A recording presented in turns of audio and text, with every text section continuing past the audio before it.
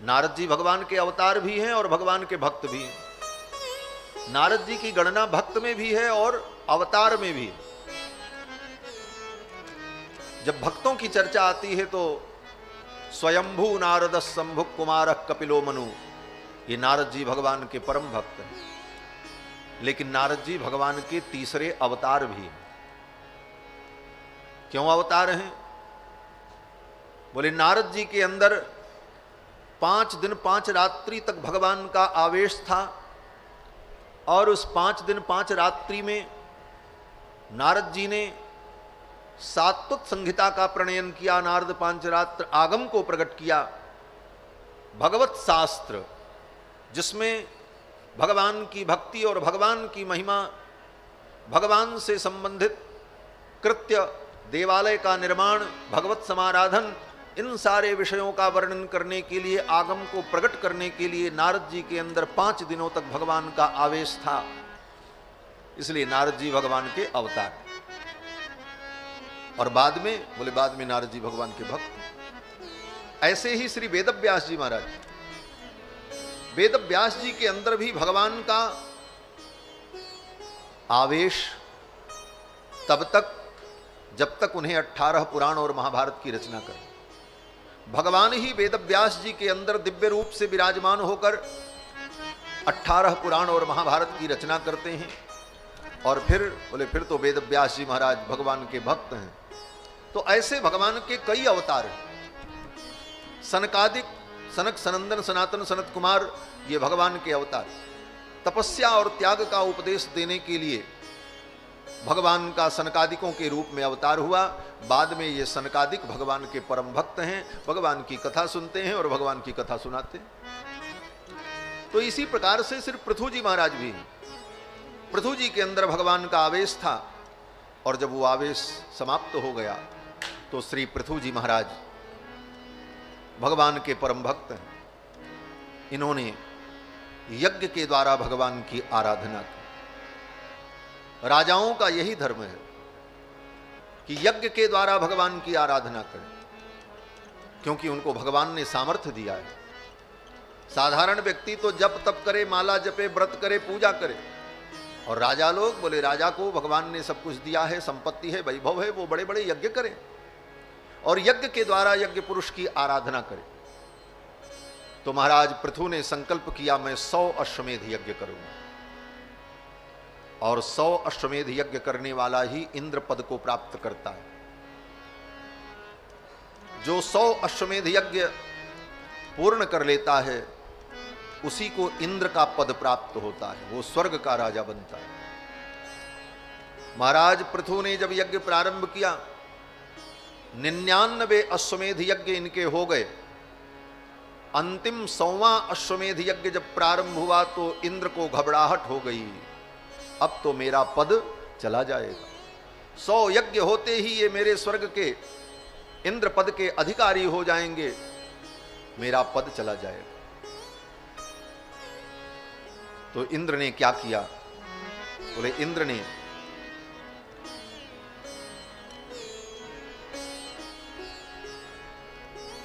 अघोरी वेश धारण करके, अघोर वेश धारण करके इंद्र आए, और इंद्र ने महाराज पृथु के यज्ञ के घोड़े को ही चुरा लिया।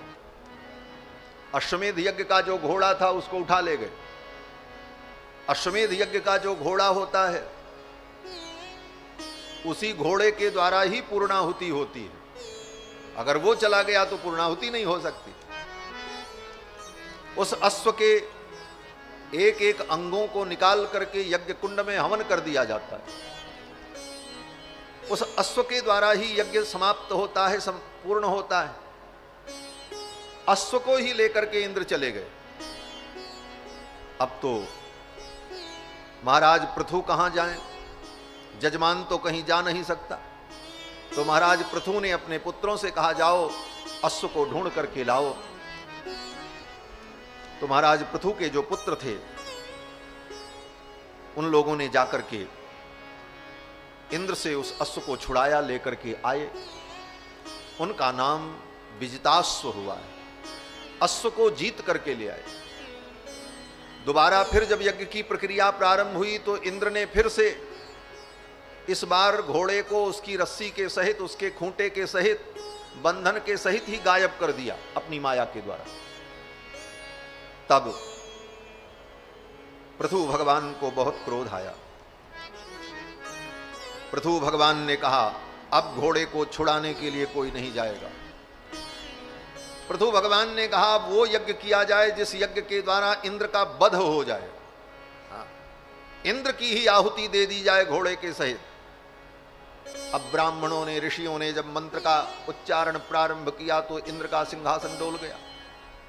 मंत्र में बड़ी शक्ति होती है। दैवाधीनम जगत सर्वम मंत्राधीनं च देवता। ये सारा संसार देवताओं के अधीन है, हर चीज के देवता हैं। वनस्पति के देवता अलग हैं, धरती के देवता अलग हैं, आकाश के देवता अलग हैं, जल के देवता हैं, स्थल के देवता हैं, और ये सारा संसार देवताओं के अधीन है। लेकिन वो देवता, बोले वो देवता मंत्र के अधीन है। दैवाधीनम जगत सर्वम मंत्राधीनम च देवता। और देवता मंत्र के अधीन है। और ते मंत्रा ब्राह्मणाधीना। और वो मंत्र ब्राह्मण के अधीन है। तस्मात् ब्राह्मण देवता, इसीलिए ब्राह्मण को देवता कहा गया। देवता के अधीन संसार और देवता मंत्र के अधीन, और मंत्र ब्राह्मण के अधीन। जब ब्राह्मण पढ़ेगा तभी वो मंत्र होगा। इसलिए ब्राह्मण इस पृथ्वी का देवता है, भूदेव है। ब्राह्मण को भूदेव कहा जाता है। अब तो ब्राह्मणों ने जब मंत्र पढ़ करके आवाहन किया तो इंद्र व्याकुल हो गए। भगवान ने देखा कि अब तो ये पृथु अपने यज्ञ में इंद्र को समाप्त कर देंगे। प्रसह्य राजन जुहवाम ते हितम इत्रा मंत्र कतुप्रतिम विदुरास्यर्जितोरुषा। उन ऋत्विजों ने, ब्राह्मणों ने क्रोध में आकर के जब मंत्र का पाठ किया इंद्र को ही हवन कर देने के लिए, तब भगवान नारायण ने विचार किया अब मुझे चलना चाहिए। और भगवान नारायण आए और भगवान श्री नारायण ने आकर के यज्ञ पुरुष ने पृथु जी को समझाया और कहा आप इंद्र का वध मत करो। 99 यज्ञ आपके हो गए, एक नहीं ही होगा तो क्या बात। और आपको स्वर्ग की कोई कामना तो है नहीं। पृथु जी ने कहा हमको स्वर्ग की कामना नहीं है। बोले तो रहने दो, एक यज्ञ छोड़ दो, 99 ही यज्ञ रहने दो, 100 करने की जरूरत क्या है। तो भगवान के कहने पर पृथु जी ने उस यज्ञ को वहीं बंद कर दिया और उनके 99 अश्वमेध यज्ञ हुए। भगवान के चरणों में पृथु जी ने प्रार्थना की। भगवान ने प्रसन्न होकर के कहा वरदान मांगो, क्या चाहिए। तो पृथु जी ने भगवान से वरदान मांगा। और क्या मांगा? पृथु जी ने भगवान से यही वरदान मांगा, हे प्रभु मेरे कानों में 10,000 कान की शक्ति आ जाए। बोलो श्री सीतारामचंद्र भगवान की जय। श्री पृथु जी ने भगवान से यही वरदान मांगा, मेरे कानों में 10,000 कान की शक्ति आ जाए। भगवान को भी बड़ा आश्चर्य हुआ, ऐसा भक्त मैंने कभी नहीं देखा। दुनिया के जितने भक्त हैं वो घर मांगते हैं, मकान मांगते हैं, संपत्ति मांगते हैं, संतान मांगते हैं, लेकिन ये भक्त तो बड़ा विचित्र है, ये 10,000 कान मांगता है। 10,000 कान दे दो। भगवान ने पृथु से पूछा, राजन ये 10,000 कान लेकर के क्या करोगे? पृथु जी ने कहा 10,000 कानों की शक्ति मेरे कान में आ जाए। बोले इतनी कान की शक्ति लेकर के क्या करोगे? तो पृथु जी ने कहा, प्रभु इन 2 कानों से मैं आपकी जब कथा सुनता हूं तो मुझे तृप्ति नहीं होती। मेरे कानों में 10,000 कान की शक्ति आ जाएगी तो मैं आपकी कथा सुनता हूं। सोचो भगवान की कथा की कितनी महिमा है। हम इसे साधारण समझते हैं, बस कथा हो रही सुन लिया चले। ये कथा कितनी विलक्षण है।